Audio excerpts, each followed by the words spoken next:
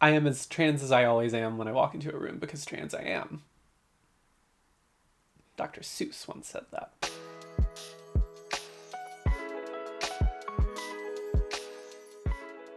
Hey y'all, welcome to Cloveroom and welcome to my very first check-in for the ctrl+alt+delete project, the little no-buy I'm doing right now. Well, it's not little, but the no-buy I'm doing right now. If you haven't seen my intro video for the ctrl+alt+delete project, I'm currently in phase 1 of the project and I outline it all in that intro video, so I'll link that below if you want to go watch that to get caught up, or you're, more than welcome to watch this video without context.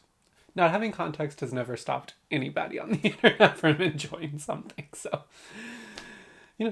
choose your own adventure. I will quickly say, to summarize or refresh folks' memories, phase 1 is mainly a no-buy and a low-buy, depending on the category, which I'll go over in a bit.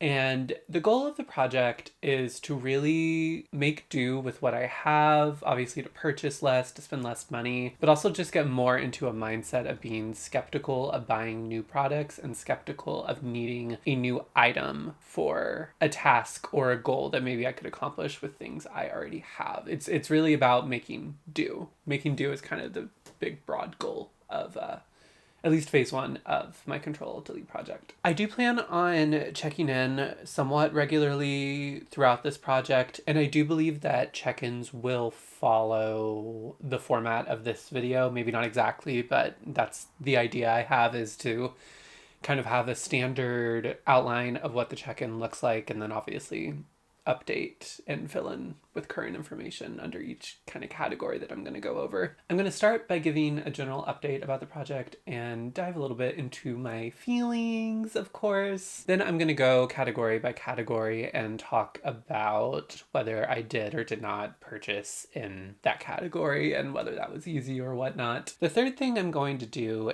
is discuss some of the ways I made do in the time frame. So in the last couple months, how I seen myself accomplishing that goal of making do, of not just buying a new item every time I run into a snag or every time I want to follow a trend or accomplish something with a look. How can I use what I already have to kind of scratch that itch? And then finally at the end, I am going to share a couple of products that have tempted me that I kind of have on my wish list. So for the general update, so far so good. Honestly, on this project, I have followed all of my rules, spoiler alert, kind of to a T. I feel really good about what I've brought in since I've started in January. Honestly, it hasn't been that much of a challenge to not buy makeup. Makeup is the one category I'm doing in absolutely no exceptions, no buy-in, and kind of the main crux of this project, and can definitely be the thorn in my side on overspending. So that's why it is the focus, and there's the supplemental categories. But yeah, new makeup has not interested me in the slightest. And I think, there's reasons for that we'll get into. Okay, and to be real, one of the reasons it has not been a challenge is that life has been quite hard and distracting as of late. And I'm actually not just talking about the macro, which I have discussed before on my channel, and the sphere in which we are all operating right now. It's actually much more personal. I am unexpectedly moving, which, like I said, was unexpected and not something I had too much on my immediate radar. I thought it may happen sooner than the lease I'm in with this house would be up. I thought we may leave earlier than that, but it is like happening within weeks, like days, basically. And it was kind of a shock, and it happened really quickly. It happened at a bad time. Like it's been a lot, a lot. Like, I really cannot emphasize how much it's been a lot, because it's just really, living environments are so important, and it's been really disruptive to have to, deal with this unexpectedly and really stressful. I just moved into this place in August, and I'd expected to stay here until August, maybe a little bit sooner, but I wasn't thinking this soon. But that's the way this all played out.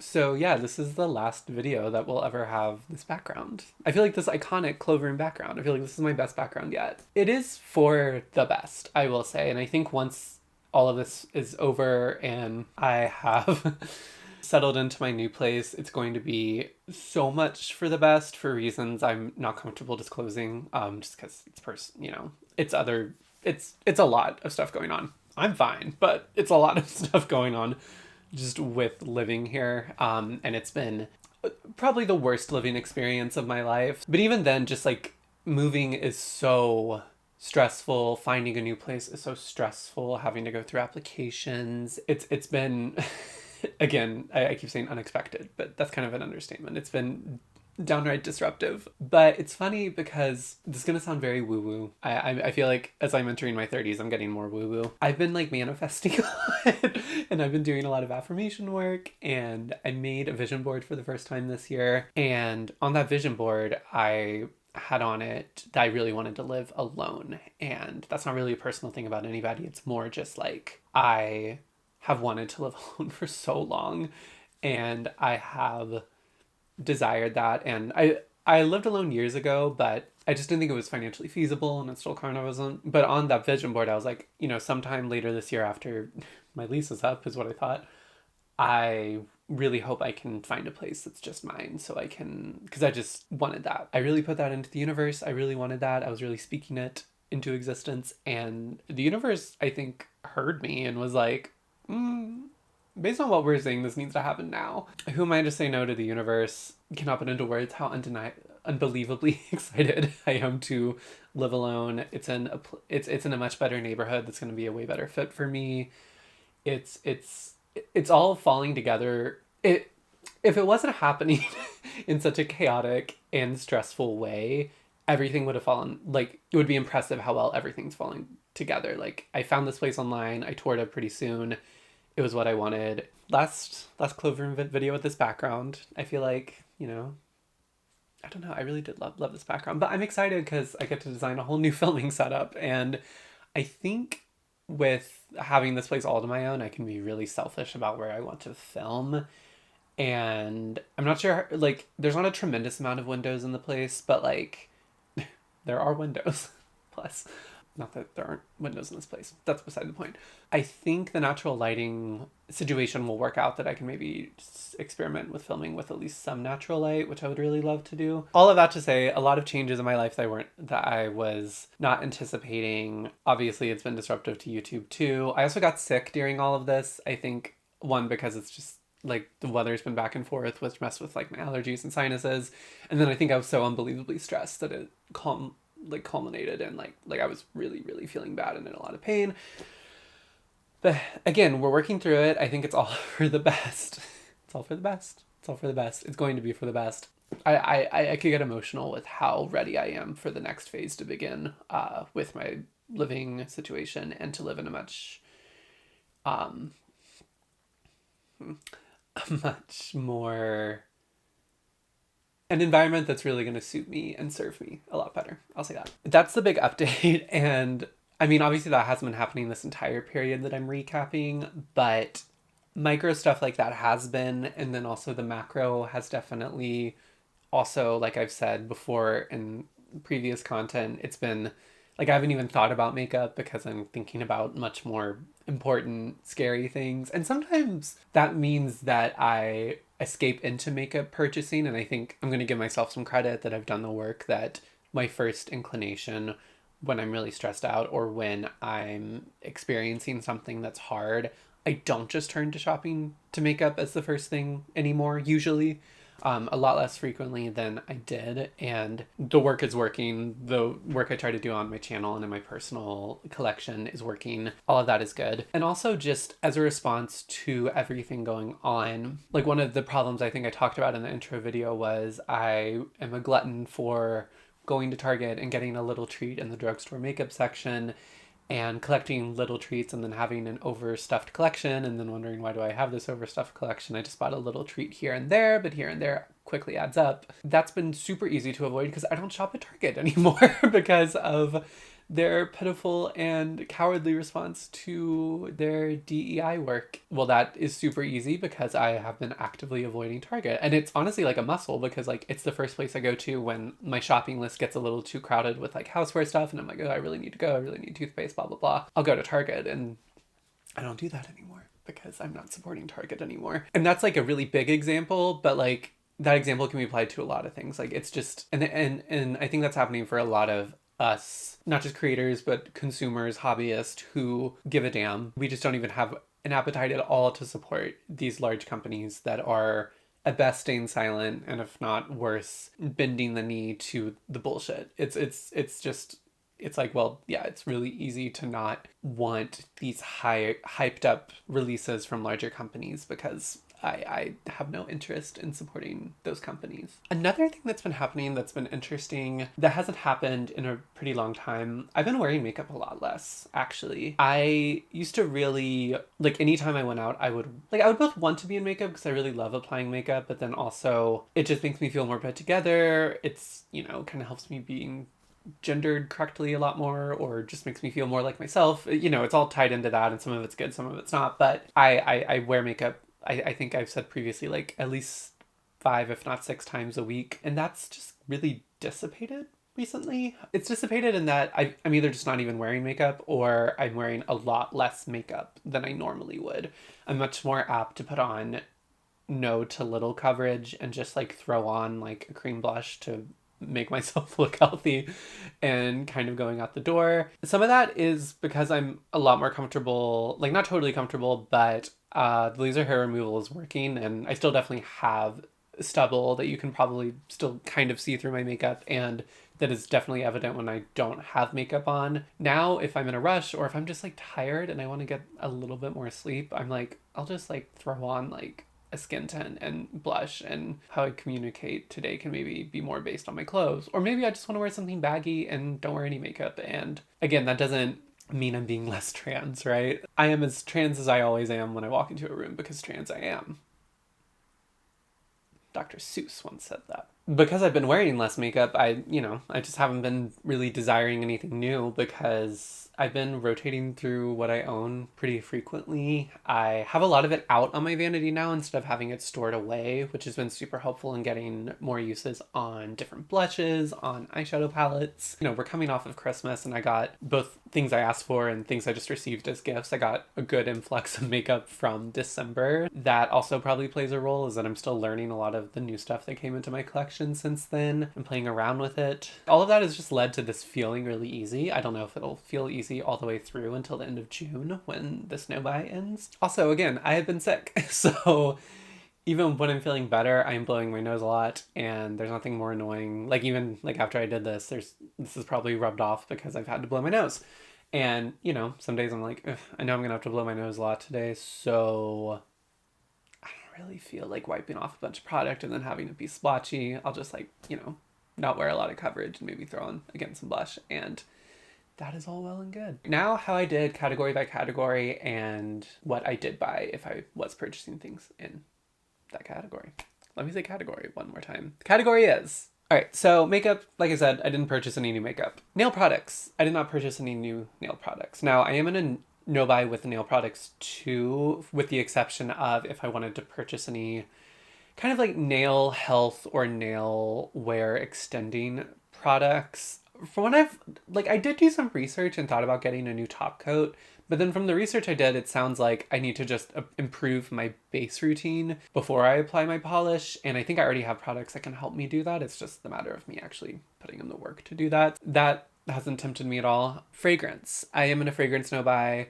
However, there was a chance during this period where I could have bought a fragrance. I did make an exception in my intro video that if I was on a trip and I wanted to purchase a new fragrance, I could. I was recently in Disney World. I could have bought a fragrance. And I did actually go to the Disney Springs Sephora, which if I had to nominate a place in America as the worst place, well, you know, barring other terrible things, just like a kind of corny, annoying worst place in America, not like a serious worst place in America. The corny, annoying worst place in America. Sephora and Disney Springs. I mean, you got the Sephora kids, but then they're also Disney kids. But then you have all these people visiting who I don't think have Sephora in proximity to where they usually live, which that part's fine. I would also, like, if I didn't live by a Sephora, I would be so excited to go to a Sephora on vacation. I already am excited to go to a Sephora on vacation. My family was like, oh, you just want to go to Sephora? And I'm like, of course. Like, it's even though every Sephora has the same crap in it, I'm like, of course I want to walk around the hallowed halls. Like, I can't technically visit a city without going to a Sephora there, or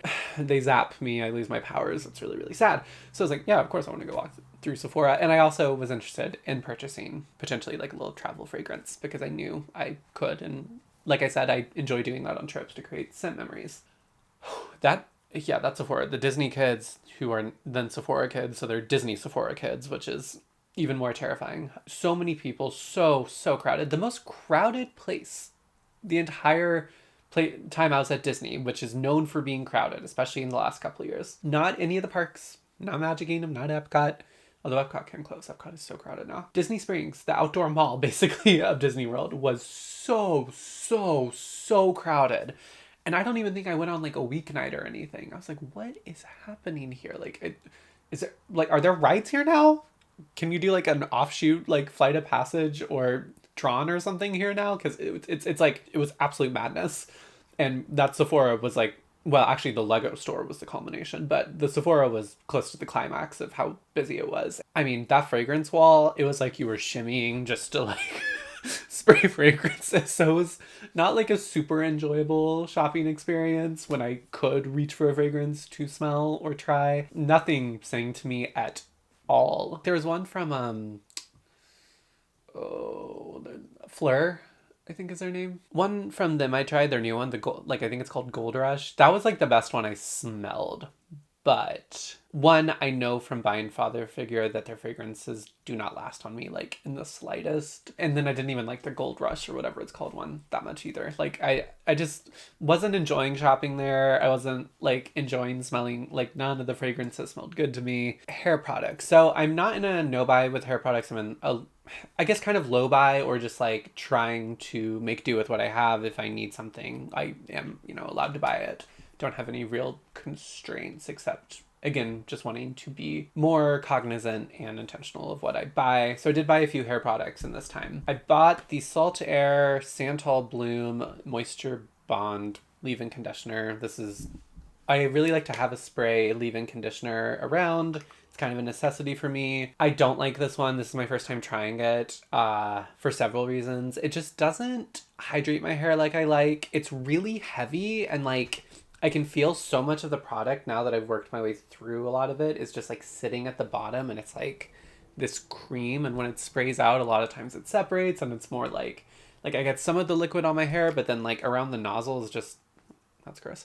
Around the nozzle is just like really thick, like almost just like a curl cream, and it doesn't emulsify super well in this. And like no matter how much I like, shaking it helps, but this just like isn't a very good product. It's also really fragranced, and I know it had a fragrance in it. It lingers in the hair, which I don't love. A little too florally, and I like florals, but it's, to me it kind of feels like a Bath and Body Works really sticky floral sweet cherry blossom from them, which is one of my least favorite scents of all time. I'll use it up, but I went through the one I had used previously, which I also didn't like.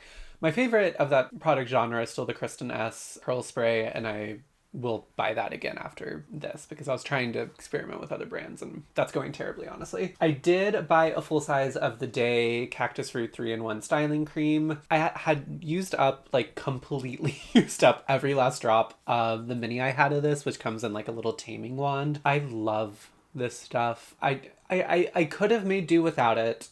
I could have just used my curl cream, but this does serve a different purpose than, it's not a curl cream, it's a curl gel that I have now, the pattern one, which I'm almost done with. I could have just used that up before buying this, but I will say this does define my curls nicely, but it does it more in like a flowy way and less of like a tight curl way, which is what the pattern one does. And I like both on different days. This is one that I just love air drying with. I don't love air drying with the curl gel as much from pattern. I like diffusing with that one a lot more. This is also great for slick back looks. It just, my hair loves this stuff, and my hair can be very picky with products. I was really missing it, and I just went ahead and bought it, and I'm really glad I did. It is quite expensive. I thought about trying out dupes of it. Y'all actually recommended me some, I think over on Instagram I asked.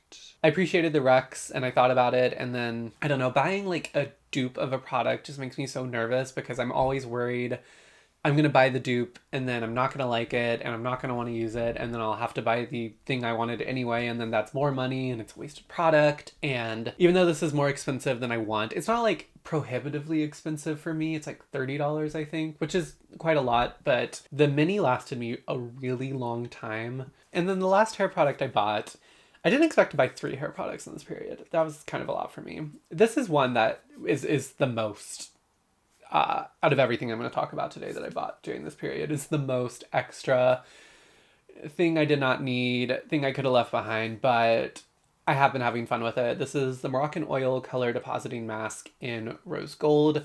I got the inkling probably about a month ago, maybe more, that I really wanted my hair to be rose gold. And I thought about going to my stylist, having her do it. And I was like, I really don't want to spend that kind of money right now, which I'm happy I didn't. I do love my stylist though. I feel the need to say that. She's so amazing. So I'll do that eventually. I mean, after this move, I'm gonna have to wait a while. I really want to do it. Like, I wonder if I could find a product online that would be like a semi-permanent depositing mask and I could just make the blonde sections of my hair be that rose gold color. I found this. I had really good reviews on TikTok and I went ahead and bought it. It was, I think, about the same as today. I think it was like $30. It didn't last super long. I did it right before Disney, and the video I did that was about how I didn't know how to make beauty content given everything going on. That video is where it looks like the freshest, and it looked amazing in that video. That didn't last super long. I think part of that is I was in the sun a lot right after because I did it right before Disney.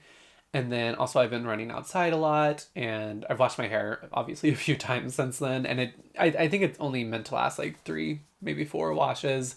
I think it went a little bit quicker out of my hair than I thought it would. My hair just might not want to cling on to semi-permanent color, but it did last like an okay amount of time. And I think there's at least 2 more uses in this. I feel good about the value of this. I really like, whenever I do go back to my stylist, I think I'm going to go more reddy blonde, rose gold. Really loved myself with pink hair.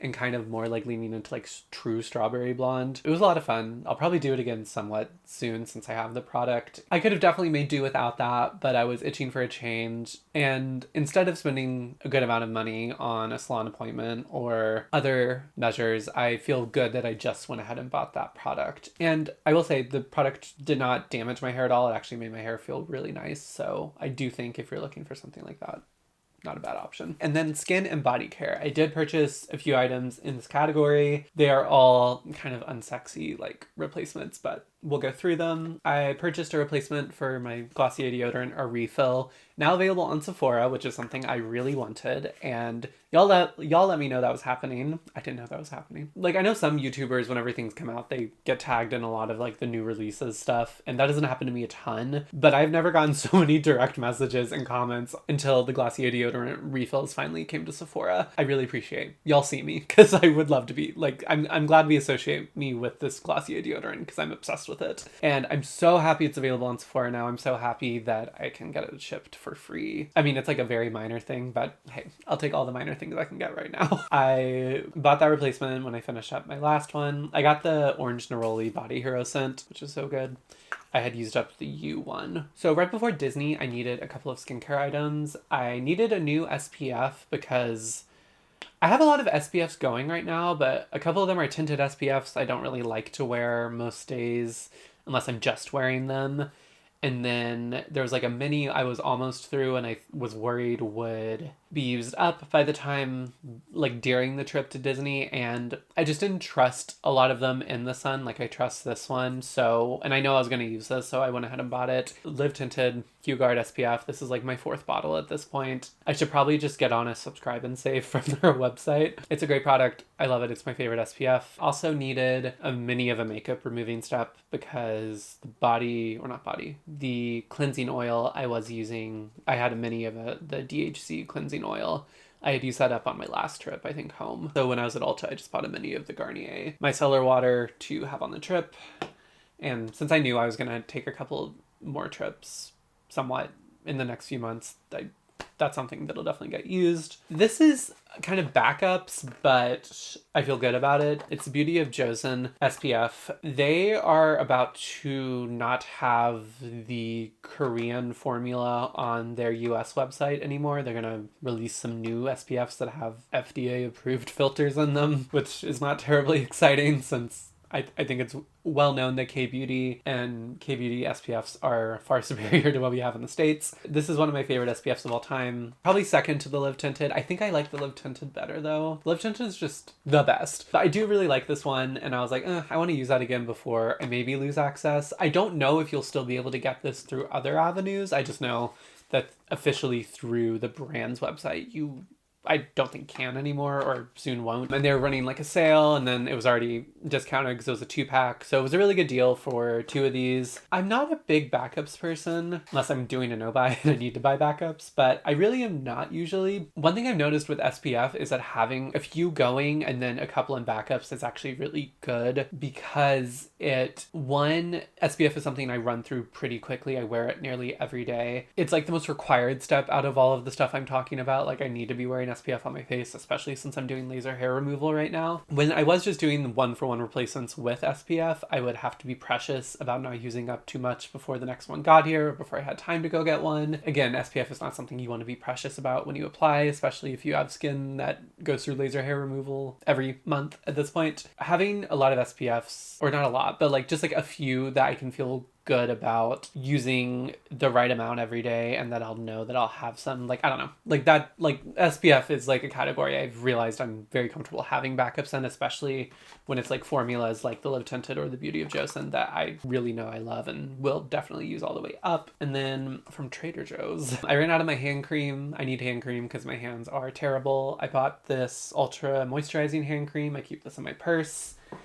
And then for body lotion, I had actually used up 2 body lotions, and then I ended up decluttering one because I realized it was breaking me out. It was like a body butter, and I think it was like way too rich for my skin. So I was at Trader Joe's and I needed a fragrance-free body lotion. So I got this one.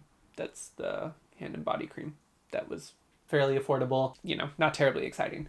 I will say that's something I'm doing too with this project, to really not have other categories be in place of how infatuated I can be when I'm buying makeup products. And I'm really happy about this. I haven't been on my phone coveting products. I haven't been online shopping a lot, honestly. Well, I have been a little bit now because I'm going to need stuff because I'm not used to living on my own. I'm going to need to eventually slowly buy stuff for my house or my apartment. I guess I should give an example because I don't think I'm explaining this well. If I had needed a body lotion in another no-buy, I would have really focused on like finding the best one and like searching a long time for it and going through reviews and like maybe going to Sephora and getting one that was like quite expensive, but like I'm only buying body lotion right now. I've realized that, and I'm happy with this no-buy that hasn't happened. Even when I was buying the Moroccan oil color depositing mask, it wasn't that. It was pretty quick, and I realized I wanted the Moroccan oil one, and I just like ordered it. I didn't spend a lot of time being like, oh boy, like I get to online shop. That's been good. That's like a good thing, that instead of spending, days trying to find the perfect body cream and potentially buying something that's more expensive and spending more effort and money on a thing that I don't care tremendously about. I just was at Trader Joe's grocery shopping. I saw they had a fragrance-free one and it was pretty cheap, and I said, great, that checks off a box. All right, now I'm going to talk about ways that I made do during this period. One of the big ways is I had a brow pen accident.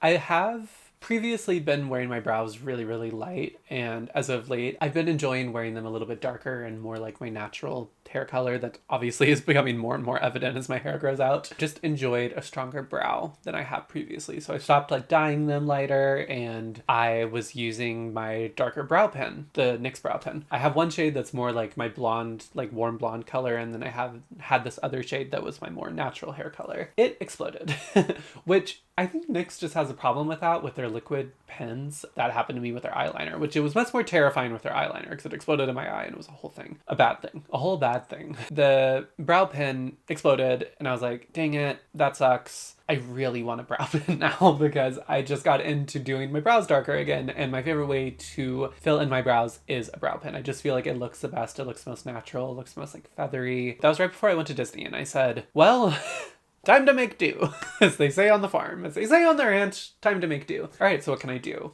And what I did was I just started filling them in with powder. And you know what it was? It was fine. I don't think it was as great. Like, I don't think they look as great in that instance as they do with the brow pen. They look fine. And guess what? Now that I've done that, I am back to being lazy with my brows and all I want to do is put a brow gel through them. I don't even do the brow powder most days anymore.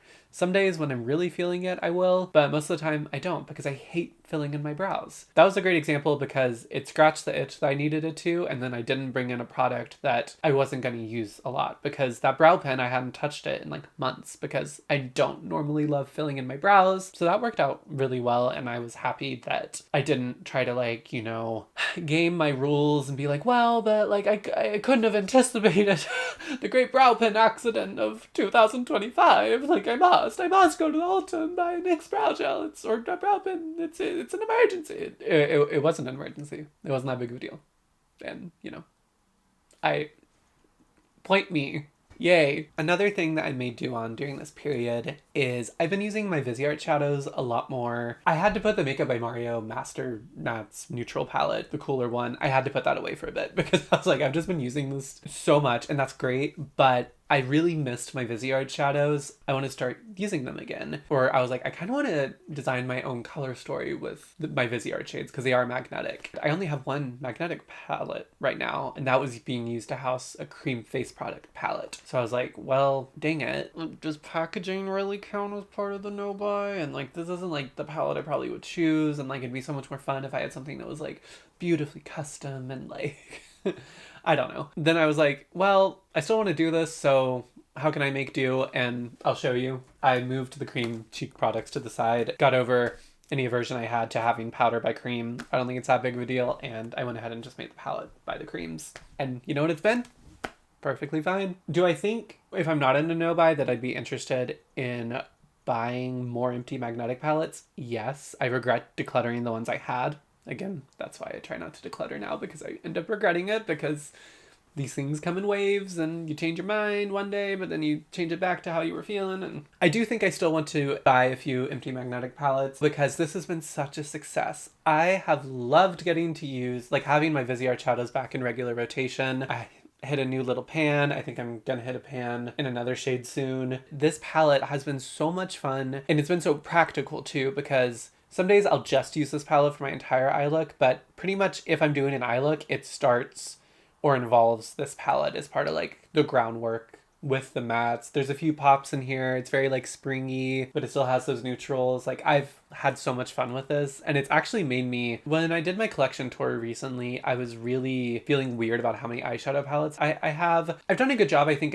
of trying to put them all into rotation. A lot of that was putting down the Makeup by Mario palette, and then also all of my palettes were living in a drawer except for like a couple. Now I have at least half of them out on my vanities. Even if I'm not reaching for them for an entire look, I am reaching for them for like one shade that I really love from the palette, and that's been great. That's been a success. And how much I loved doing this palette, making it, interacting with it, has made me realize that I think having magnetic pans may be a prerequisite if I, like whenever I buy eyeshadow palettes again. Or at least I'll be a lot less likely to buy palettes that don't feature that. All right, and finally, what has been tempting me? Not a lot. Honestly, for all the reasons I have said throughout this video, not a lot is tempting me right now in the makeup world. You know, I don't really follow new releases for anything else like hair or fragrance or body or skincare. That's pretty standard, but makeup I usually, if I'm doing a no-buy, there's usually quite a few things like that looks really nice. I'm thinking about that a lot. There hasn't been a lot. I will say I am really interested in that Milk skin tint, the new Milk skin tint. My friend Maddie, shout out to Maddie. She actually just bought it and she sent me a picture and it looks gorgeous on her. She's also gorgeous, but you know, it also, like, her skin looked amazing in the picture. And every video I've seen of that skin tint, it looks so gorgeous. Milk is one of those rare companies that has not stopped speaking up for trans rights. They just do a lot of things that other Sephora brands have shied away from or have stopped doing. If I'm going to support a larger brand, it's going to be a brand like Milk right now. And yeah, that skin tint just looks so pretty. I think I'm gonna go at least swatch it on Sephora just because I'm curious, but it'll be there after the no-buy if I want it. I don't really have space for any new complexion products right now, so that is all good and fine that I can't have it. But it is something I have thought about a little because it just looks so damn pretty. I also have really been missing my Phytosurgence bronzer. The one I had dried out quite weirdly. There were a lot of factors that went into that. I think they fixed how fast that product dries out, but then also the last time I moved, it was during the summer, and I noticed that a lot of my products had changed texture weirdly, and I was like, what is going on with these products? They're terrible. I'm going to make a video of fails. And then I realized the variable was the fact that I moved them in the Georgia summer. So I think that also contributed to it expiring faster. But I also think that product, I love that bronzer. Like, I want it again because I really miss it. It's just so blurring and perfecting. Such a beautiful natural color. Just looks like tan skin. Applies like a dream. I love like the demi-matte finish. It's gorgeous. However, I think, and this is, I think, the case with a lot of Phytosurgence's products, and I think they try to say this, like, if you are somebody who, like, you enjoy having 10 cream bronzers, you enjoy shopping your stash, you enjoy maybe not using things for a few months, I don't think that product is a good fit. I wouldn't buy it right now anyway because I couldn't, like, I would want to commit to only, like, using that product for cream bronzer almost exclusively, because I think it's just not going to last as long as some of the other products in your collection because of the unique formula. And I think that's fine. I just think, you know, it's important to know that going in. And I have a couple of cream bronzers that would be good to use up before I buy that. I should be able to hopefully use them both up before my no-buy is over. So maybe when it is over, I'll want to go back and buy that from Phytosurgence. And honestly, I had a list I was building throughout this time that I hadn't updated in a bit. And before I went in to finalize the video outline, I went back and went through the list, and I was like, I don't want any of this anymore. I haven't thought about this one forever. I can't, like, I'm kind of surprised to even put it on the list. For example, the Charlotte Tilbury 9 pans. Don't ask me why. What a weird release. What an odd choice to have such clunky, cheapy packaging for a $60 eyeshadow palette. But that's a curiosity killed the cat scenario, because I was just like, I don't know. I like the color stories. It's not the same formulas as the 9 pan I tried when I was at Tom's. They have the Beautyverse palette. The mattes in there, like, I really loved it because I played around with some of their makeup when I visited them in Pittsburgh last year, and I loved playing with that palette. It's so pretty. There's the potential for me to like a Charlotte Tilbury 9 pan. Again, I don't think this is the same formula at all. So that was another reason that it kind of slipped interest. And also, I just like, I don't, it's not magnetic. It's not a magnetic eyeshadow palette. That makes it a lot less alluring for me right now. And that's just like an example of the type of product that was on the list that I'm just like, oh no, I don't really care to have that anymore, honestly. I think that's a testament to when you give yourself time to think about buying a product instead of just immediately buying it because it immediately catches your eye, you will end up buying a lot less because things don't stick with you, or maybe you were really into warm eyeshadow that one week, but then you've gone back to cool eyeshadow because, like, that's your preference, and it was just kind of a fleeting desire. So that is the project update. I hope if you're doing a no-buy or a low-buy or whatever type of beauty consumption project, the curse of my channel is that if it's a video about a project, I will say product and project at the wrong times many times. And also the curse of my channel is that I'm starving. I hope if you, I was like, where are we? Where am I? Oh God. I hope if you are doing a beauty consumption project right now, that it is going well, that you are meeting your goals, and that you're learning things about yourself. Because that's kind of fun. It's fun to learn things about yourself. Sometimes. It's not always fun to learn things about yourself. Thank you all so much for being here. If you did enjoy this video, gives me, oh my God.